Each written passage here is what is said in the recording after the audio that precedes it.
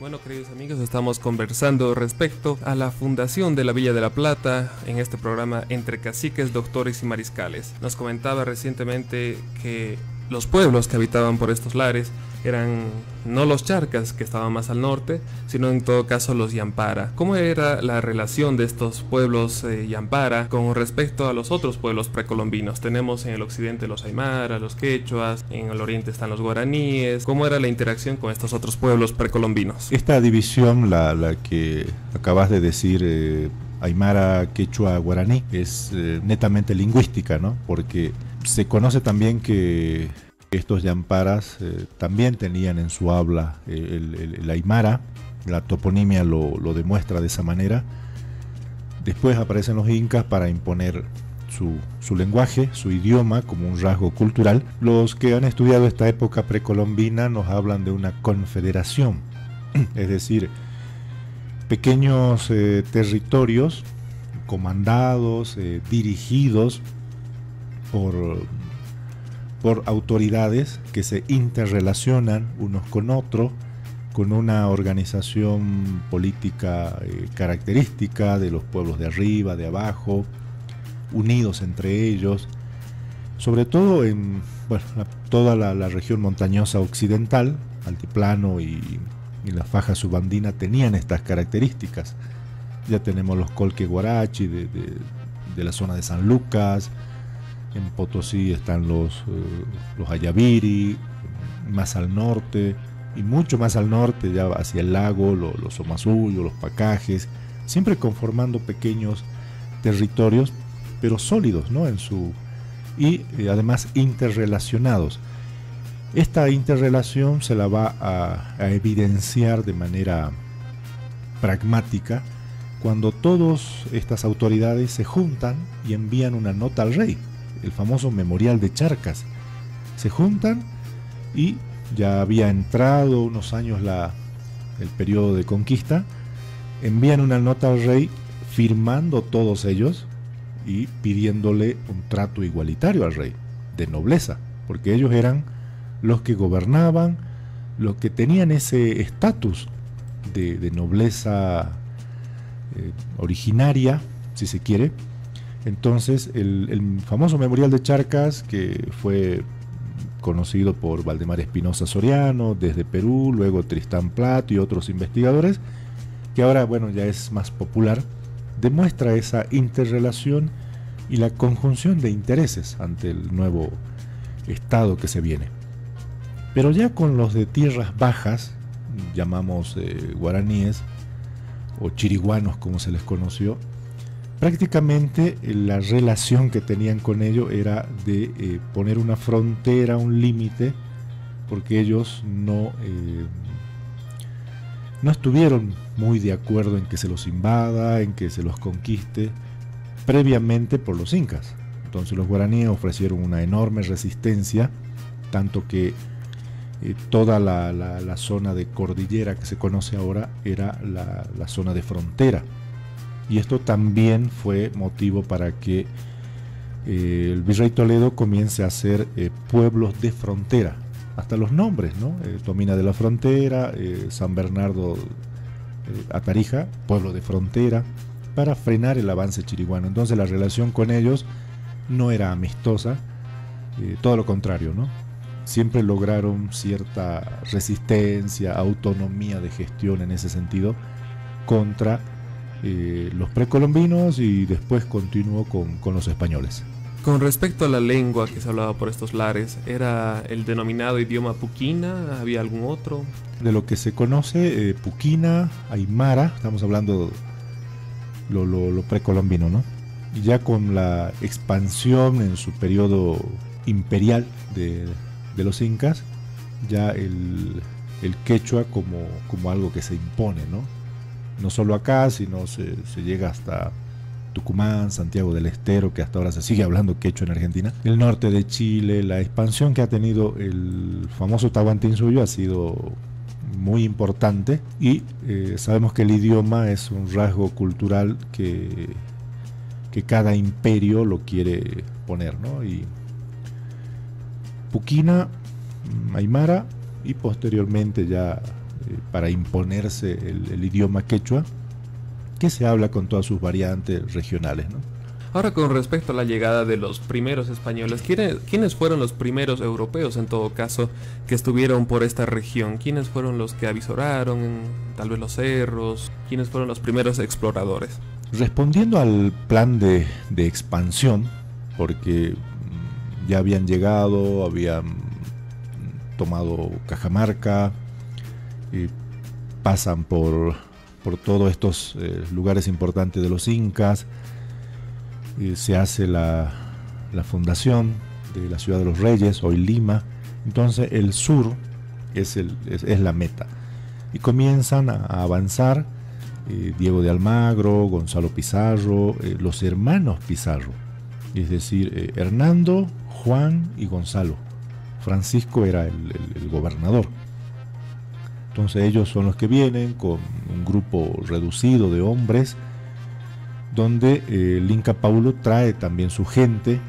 De alguna manera era para persuadir seguramente a los que les iban a enfrentar ocasionalmente, porque no sabían quiénes eran, de que venían acompañados de un inca, de una autoridad y al que le debían seguramente obediencia. Pero como hemos visto en el caso del enfrentamiento con los charcas, no hubo tal obediencia, hubo un enfrentamiento primero, y después del enfrentamiento se conoce un periodo ahí breve, pero de tregua y seguramente de ponerse de acuerdo. La paz de Auquimarca se llama. Entonces ese es el lugar donde seguramente arreglaron las condiciones y bajaron a este territorio que los yamparas tenían para compartir su territorio en una nueva población, que según vemos en los documentos ya hablan del rancherío de Choquechaca, ¿no? Entonces hay esa relación. Llega Gonzalo Pizarro con poca gente, medio centenar aproximadamente de castellanos, y después el resto de la gente que venía con el Inca Paulo. Vuelve Gonzalo Pizarro, hay el cerco al Cusco, y queda en su reemplazo Diego de Rojas, Francisco de Aguirre. Están en ese intermedio de 1538 a 1540, se quedan acá. Entonces eso es una constancia de que hubo una población, se instaló gente, se instalaron viviendas en ese periodo corto de 1 año y medio aproximadamente, hasta que aparece en escena Pedro Ansúrez en abril para hacer el traslado de esa población a su ubicación actual, ¿no? Que es prácticamente donde estamos ahora. Bueno, nos comentaba recientemente que varios pueblos fueron fundados en la frontera justamente para controlar el avance de los denominados chiriguanos, guaraníes. Con respecto al caso de la Villa de la Plata, ¿cuál fue ese motivo que impulsó su fundación? O los motivos, ¿no? Si bien antes ya se había fundado un pueblo de Paria, que fue cada de estas fundaciones efímeras, ¿no? Esta primera parte de la conquista no lleva como objetivo fundar pueblos, sino son más exploraciones, de reconocimiento territorial, de descubrimiento geográfico. Entre ellos están las riquezas, ya se conoce que hay minas, tanto que Diego de Almagro pasa por la región de Potosí y no se detiene, porque creen que puede haber mucho más que Potosí más adelante, llega hasta Chile inclusive, pero ven que el lugar como una zona propicia, muy diferente a la que habían visto bajando de la zona altiplánica, por el clima, todas las condiciones que son favorables para una fundación, ¿no? Es decir, el agua.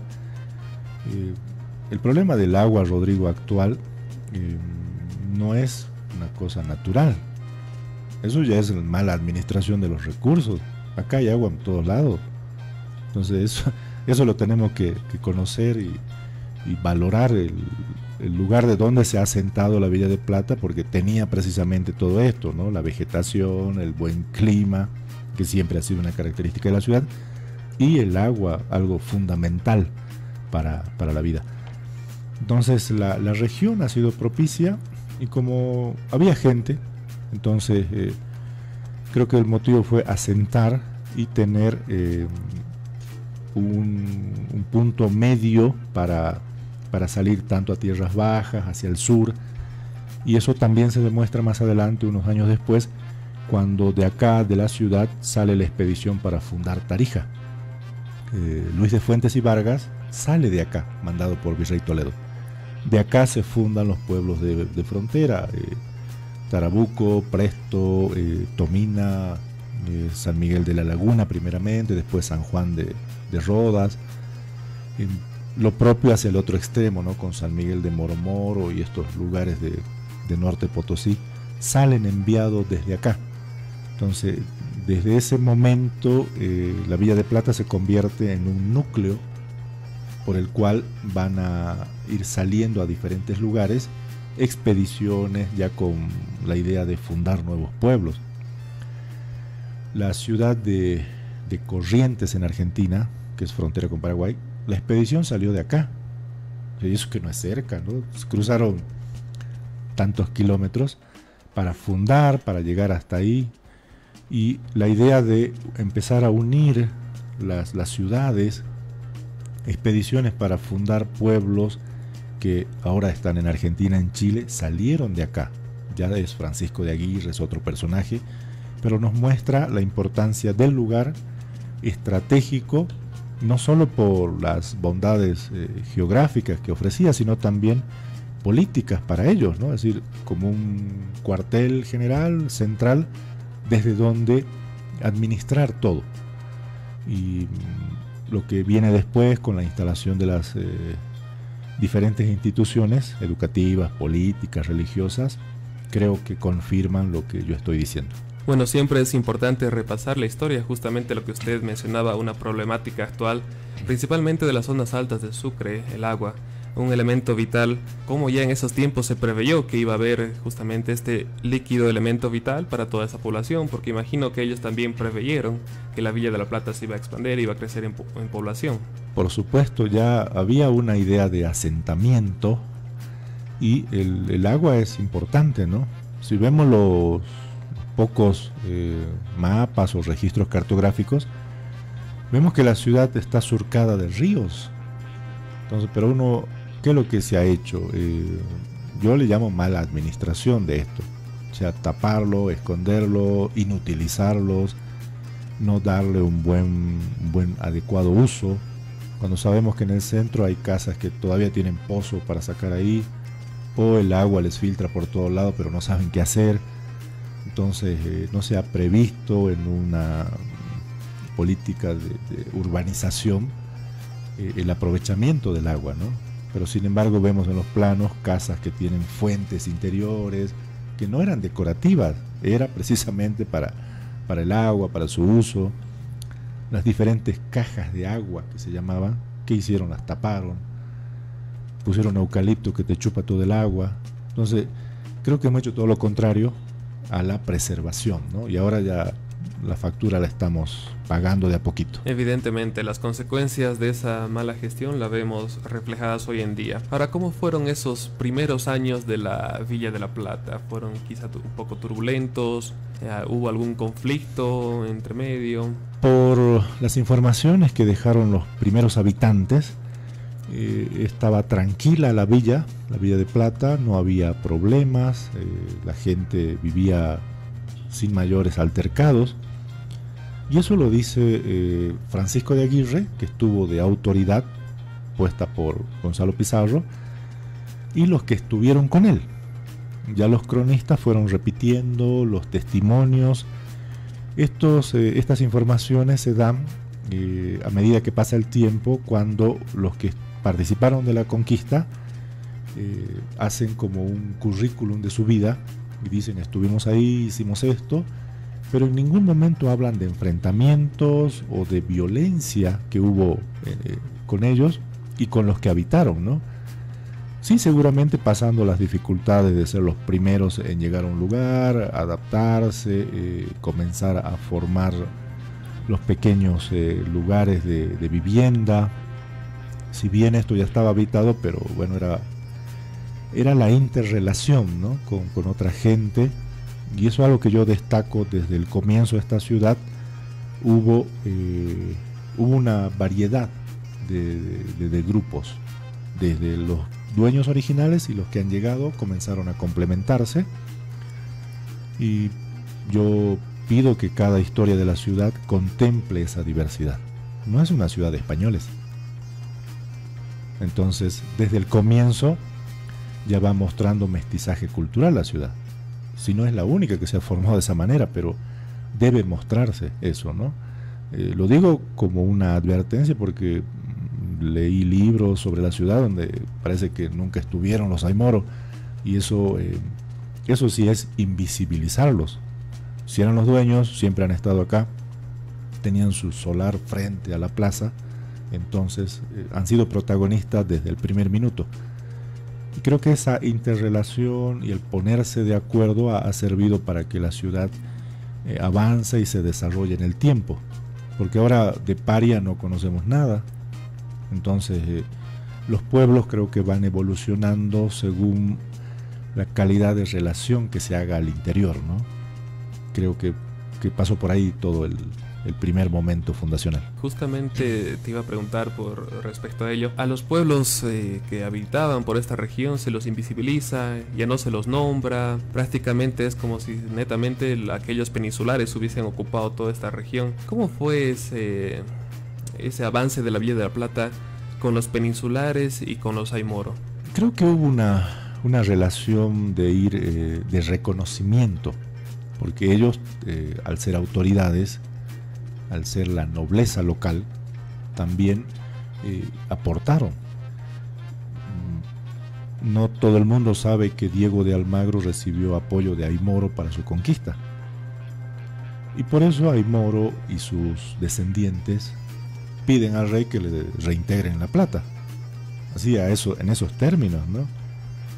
Y estas informaciones las encontramos 50 años después, ya cuando los sucesores de Aymoro, ya sería Francisco Aymoro II, porque tenían hasta esos nombres, así como reyes, claro, y no es que uno los inventa, en sus documentos salen, se presentan a la audiencia y dicen, bueno, mi abuelo puso esta cantidad y necesitamos devolución, necesitamos reconocimiento, necesitamos blasón, así como lo tiene Gonzalo Pizarro, blasón para nosotros. Y de ahí es que encontramos blasón de los Ayaviri, blasón de Colquehuarachis, porque eran la nobleza local. Entonces esta relación con ellos creo que fue de respeto, porque no se mataron entre ellos. Entonces, y encontraron seguramente legitimidad en el nuevo estado que se estaba formando, que ya es el producto del colonialismo, del imperialismo, y ellos se ubicaron. Y en eso comenzaron a pedir para su gente derechos, hasta privilegios. Cuando llega en los primeros años, 1570, está Virrey Toledo acá, aproximadamente, y comienza esta tratativa. Toda esta gente no va a la mita de Potosí. Colquehuarachi era capitán de minas, tenía sus propias minas, él era el dueño, él las manejaba, tenía que responder por ello, pero era el encargado. Los originarios no pagaban alcabala, no pagaban impuestos. Entonces había una serie de cosas que también las leyes nuevas, impulsadas ya por el rey Felipe II, ya la había establecido. Entonces en la primera parte, donde Gonzalo Pizarro y sus encomenderos realizaron todos los excesos que se les ocurrió, fue motivo ahí para que el rey frene todo esto. La aplicación de las leyes nuevas, en defensa de los naturales se llama, provocó que los encomenderos se manifiesten en contra del rey. Y ahí los que estaban a favor de Pizarro, de Gonzalo Pizarro, se sublevaron al rey. Por entonces no había virrey, no había la figura política de la representación del rey en América, no había. Gonzalo Pizarro quiere imponerse como virrey, y la ciudad, la Villa de Plata todavía no es ciudad, que defiende el Estado de Derecho, defiende lo que el rey dispone. Entonces a sus encomenderos, inclusive a sus propios fundadores, se enfrentan, porque ellos están violando el Estado de Derecho, yendo contra la norma, contra la ley, y esta ciudad se muestra fidelista. Entonces se enfrenta, se arma la ciudad, la poca gente que hay, y se enfrenta a los que años antes habían sido sus fundadores. Entonces son casos interesantes de cómo hay una autodeterminación popular, es decir, por más que sean nuestros fundadores, pero la población local decide en qué bando va a estar, y también la sufre, ¿no? Porque hay el famoso Carvajal, el demonio de los Andes, le decían, arrasó con todo, quemaba casas, mataron a varios en sus propias casas acá. Los primeros fundadores, ya entre ellos y comenzó la guerra civil entre los primeros encomenderos. Han sido 4 combates muy duros, muy difíciles, hasta que finalmente llega Pedro de la Gasca con otra gente, llamado pacificadores, para acabar con Gonzalo Pizarro, todas las condenas que se conocen contra los que han apoyado la sublevación, y como reconocimiento a lo que hizo la ciudad, el virrey emite una provisión virreinal otorgando el grado de ciudad y con ella el escudo, el blasón, las armas de la ciudad. Entonces a partir de ahí el escudo 1559 es el punto donde comienza a existir la ciudad de La Plata. Es un rango superior a villa, porque no todos han subido a ciudad, y está en su escudo, ¿no? La muy noble, muy leal ciudad de La Plata, la misma leyenda que tiene el escudo de Tarija, que tiene el escudo de Salta en Argentina, porque son esas fidelidades que el rey premia a una ciudad, ¿no? Y a partir de ahí ya viene la sede de la audiencia, sede del obispado, arzobispado, ya comienzan a haber expectativas con la llegada de los jesuitas. Ya estaban las órdenes acá, estaban los franciscanos, los dominicos, los mercedarios, ya estaban acá, pero llegan los intelectuales a fundar colegios, la universidad, y ellos son los que van a traer una nueva forma de estudiar, porque eran los asesores del virrey. Entonces todo ese privilegio le ha caído a la ciudad por ser en su momento partidarios del rey, y es lo que sucedió en los primeros años, ¿no? Bueno, entonces en esos primeros años tenemos una convivencia pacífica, y ya con el pasar del tiempo los habitantes de la Villa de La Plata por ese entonces deciden ser leales al bando del rey, y justamente por esa fidelidad se premia elevándola al rango de ciudad. Ahora, ¿qué pasó para que en determinado momento haya incertidumbre con respecto a la fecha oficial de fundación de la Villa de La Plata? En algún momento se habló de la fecha del 16 de abril de 1540, hoy se tiene por oficial la del 29 de septiembre de 1538, pero ¿qué pasó para llegar a ese punto? La indefinición o incertidumbre, Rodrigo, viene desde mucho tiempo atrás, cuando se estaba preparando la celebración de los 400 años, 1938, ya comienza a haber una duda, y una duda razonable, porque no hay documentación. Valentín Avesia saca una fecha diferente a la del 38.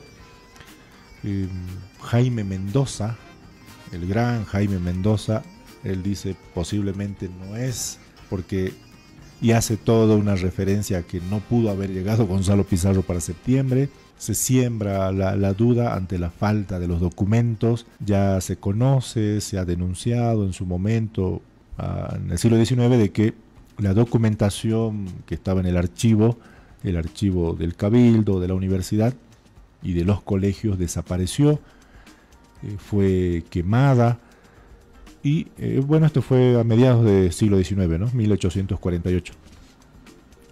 Y en el primer libro de Cabildo debió estar el acta de fundación, como debe ser. Sin embargo, lo que se conoce es que hay un acta de repartición de solares, que es el paso siguiente, donde indican las primeras autoridades, o las que estuvieron de autoridades en 1540. Pero del año y medio anterior, los documentos son muy pocos, no son de Cabildo, son cédulas reales, nombramientos de escribano. En 1539, en febrero, el rey nombra escribano para la Villa de Plata. Entonces quiere decir que ya había algo. Nombra regidores, porque los regidores eran nombrados desde España. Entonces ahí hay un espacio de incertidumbre todavía. Y el 16 de abril tiene fecha precisa por Guamán Poma de Ayala, por ejemplo. Dice exactamente 16 de abril. Humberto José Vázquez de Espinosa, un cronista que pasó por acá y registra igualmente, porque bueno, dice que vio en los libros de Cabildo 16 de abril y registra la fecha 16 de abril de 1540. O sea, son dos importantes personajes, uno con mayor diferencia que otro, que registraron la fecha 16 de abril. Pero claro, no se confirma porque no está el acta y tampoco hay una copia de tal documento. Y la de 1538 se va instalando de a poco, pero también tiene su documentación por parte de la audiencia desde 1700 más o menos, y dice, ¿no?, la ciudad de San Miguel de la Plata, y nombra de que va a haber actos por el 29 de septiembre, por la fecha de fundación. Entonces ambas fechas tienen su breve documentación, pero no por el acta, sino por referencias secundarias de segunda mano que dan. Ya por 1990 y aproximadamente, el hijo de Jaime Mendoza, don Gunnar Mendoza, saca una publicación, expone en el mismo día que le dan su doctorado honoris causa, dice que no, que es el 16 de abril, a modo de agradecer el doctorado, dice que no es el 29, y esa fecha logra ser llevada a rango de ley en el gobierno de Jaime Paz Zamora. No tuvo mucha aceptación al parecer el 16 de abril, después vinieron otra arremetida contra los símbolos, apareció la bandera de los templarios y esa cosa más moderna, y ahora se restablece mediante la ley. Y acá lo interesante es que van ambas cosas, ¿no? Tanto la fecha como los símbolos están fusionadas en una ley, creo que ese es el acierto, lo que falta es la reglamentación, para el 29 de septiembre. En todo caso, el 29 es lo que tenemos como fecha a festejar, con instrumento legal local, pero también nacional, que tiene su documentación, y por lo menos esa parte de la incertidumbre yo creo que siempre va a quedar, hablando así ya objetivamente con la documentación, pero lo que no debe quedar incierto ni de lado es lo cívico. O sea, no debe impactar negativamente la falta de un acta a el sentido cívico de la fecha. Es decir, bueno, ya de una vez 29 y a los festejos, a esperar los regalos y hacer algo que sea mejor, ¿no? Porque lo otro es producto de la investigación. Yo no digo que no hay acta, no estoy cerrando las cosas. Yo creo que no se la buscó, entonces soy más radical en ese sentido. Creo que ni se la buscó, porque hemos visto que estaba ahí, algunas actas de bautizo estaban ahí bien guardadas, otros la pusieron un poquito más abajo para que no se la vea mucho, pero la documentación está en los archivos. Lleva años hacer ese trabajo, pero creo que ni se lo ha emprendido. Se ha especulado, se ha enfrentado a gente, posiciones, bandos, preferencias, egoísmos, pero no se ha visto el bien mayor. que es trabajar en investigación y por lo menos hacer el intento de buscar. No conozco a nadie que haya intentado buscar el acta. Soy sincero, no conozco a nadie que haya dicho, he dado vuelta a todo el archivo y no hay nada. No conozco una persona así. Y tal vez está esperando eso, ¿no? El tema, un mayor interés por la investigación que nos pueda dar más luces, pero hasta tanto, creo que lo cívico debe también avanzar junto con lo político. Eso es lo que considero, Rodrigo. Bueno, evidentemente entonces, por lo que nos comenta, ambas fechas tendrían cierto respaldo, pero al no tener oficialmente el acta no se puede corroborar ni confirmar ninguna. En todo caso, es verdad lo que usted dice, que quizá ni siquiera se ha intentado buscar ese acta, porque recordemos que Pedro Ansúrez terminó falleciendo en Haití, no hay nada respecto a sus memorias, tampoco mucha investigación sobre aquello. Entonces quizá podríamos hablar de una especie de traslado, a lo mejor como en el caso de Santa Cruz. Seguramente que hubo traslado. El documento dice a un tiro de arcabuz se trasladó a la ciudad. Eso está en varios lugares. De que llegó Gonzalo Pizarro es un hecho. De que vivieron acá lo propio Diego de Rojas, Francisco de Aguirre, que es toda una personalidad de este periodo, fundador de La Serena en Chile, de Santiago del Estero. Entonces es un personaje por demás estudiado, y ellos son los que informan de estos primeros años, del cuidado sobre los archivos, tal vez en esa guerra civil que hablábamos hace rato, de los primeros años fundacionales, que es después de Ansúrez por si acaso. Ahí ya tal vez ya habían desaparecido, pero entonces ¿de dónde sacaron la fecha? Guamán Poma, Vázquez de Espinosa, el presidente de la audiencia, Joaquín del Pino y Rosas y Negrete, sacó la fecha de ahí, y otros documentos. Entonces, quiere decir que eso estaba escrito en algún lugar. Llama la atención que no hay una copia o traslado, como se le llama también, del documento fundacional. Acá en el Archivo Nacional tenemos actas de fundación de la ciudad de Córdoba, tenemos de pueblos de Argentina que están acá. Entonces, y están metidas en expedientes por tierras, por encomiendas, de corregimientos, ahí entre medio, documentación personal de gente que dice yo estuve en la fundación y merezco tales cosas. Como que de esta ciudad no hay una copia. O sea, suena hasta ilógico muchas veces, ¿no? Con tantos personajes importantes que han pasado, nadie ha hecho una copia de una plana para decir yo estuve ahí. Justamente estos aimoros dicen mi abuelo estuvo en la fundación. Quiere decir que hubo fundación, porque ellos dicen hemos ayudado a construir las primeras casas, la iglesia, todo lo construyeron ellos, y documentan con su testimonio que hay acto fundacional. No es que se quedaron porque no había más, sino que hubo tales cosas fundacionales. Lo dicen los protagonistas en su testimonio. Ya el documento espera todavía, ¿no? Bueno, vamos despidiendo entonces el programa. Le agradecemos una vez más por habernos acompañado. Estuvo en su momento para hablar con respecto a los símbolos de la ciudad. Como usted bien mencionaba, ahora están en una sola ley con respecto a la bandera, el escudo, el himno de la ciudad de Sucre, y propiamente ahora esta fecha 29 de septiembre que se tiene por oficial. Muchísimas gracias, don Norberto, por habernos acompañado y también ilustrado con respecto a la fundación de la Villa de la Plata. Te agradezco, Rodrigo, y el espacio es muy importante para hacer conocer, para reflexionar, para aclarar, y la historia está en los detalles, que no es la fundación de Chuquisaca, que no sigan diciendo que acá vivían los charcas, pongamos una bandera que sea como debe ser, no es una X, no son flechitas.